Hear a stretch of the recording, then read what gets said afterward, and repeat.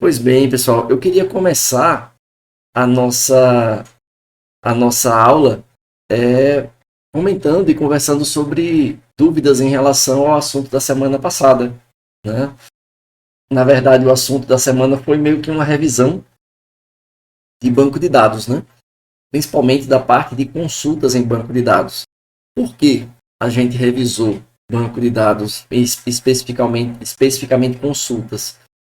Porque o foco dessa disciplina de tópicos é a extração de informação do banco de dados. Então, consultas SQL não deixarão de ser úteis, pelo contrário, a gente precisa maximizar e aperfeiçoar nosso aprendizado de SQL, né?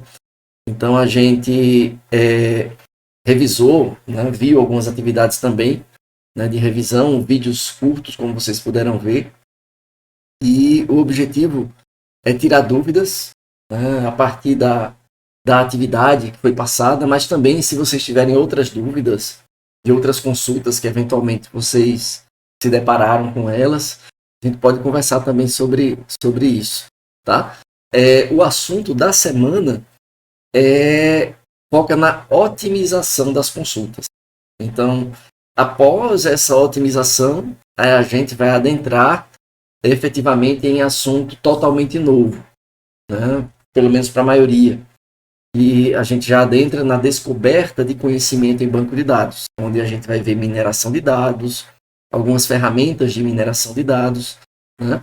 E também, eventualmente, a modelagem de dados multidimensionais. Então, o projeto de data warehouses, a implementação dos data warehouses, a escrita e especificação de consultas envolvendo múltiplas dimensões de um data warehouse. Só para contextualizar um pouco mais, quando eu digo múltiplas dimensões, quero dizer agrupamentos de dados, contextualização dos dados. Por exemplo, ao invés de apenas ter dados transacionais, por exemplo, qual o índice de aprovação da turma de banco de dados no semestre passado? Tantos por cento aprovados, tantos por cento reprovados. Agora, eu poderia querer saber esse dado sob o ponto de vista da dimensão do tempo. Então, qual o índice de aprovação de banco de dados no decorrer dos semestres a partir de 2010 até hoje? Então, a gente perceber essa evolução desse dado. Então, isso aí é uma análise sob a dimensão do tempo. É uma análise dimensional, né? Agora, eu poderia também combinar múltiplas dimensões. Se eu quiser comparar essa evolução no tempo, comparando o campus Arapiraca com o campus AC Simões, ou eventualmente a unidade Penedo com a unidade Arapiraca, que no curso de sistema de informação também tem essa disciplina de banco de dados, por exemplo.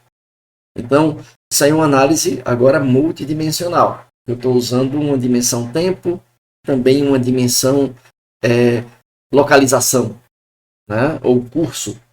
Então, perceba que essa análise não é possível em um banco de dados normal, entre aspas, ou transacional, baseado apenas em transações, sem a preocupação, por exemplo, com o histórico de dados, né? Então, a gente vai ver como fazer esse tipo de análise. Com a ressalva de que um data warehouse normalmente lida com um grande volume de dados, já que ele mantém um histórico dos dados. Então, o volume de dados é muito grande. Então, por isso, precisa de algumas estratégias que veremos também para lidar com isso, né? E também a preocupação com a otimização das consultas, que é o assunto dessa semana. Só para justificar e contextualizar por que a gente precisar otimizar nossas consultas, além disso ser útil para o nosso dia a dia, como administrador de banco de dados, como desenvolvedor. Quanto mais otimizada for a nossa consulta, melhor a gente aproveita o recurso do hardware e o nosso sistema desempenha melhor, né?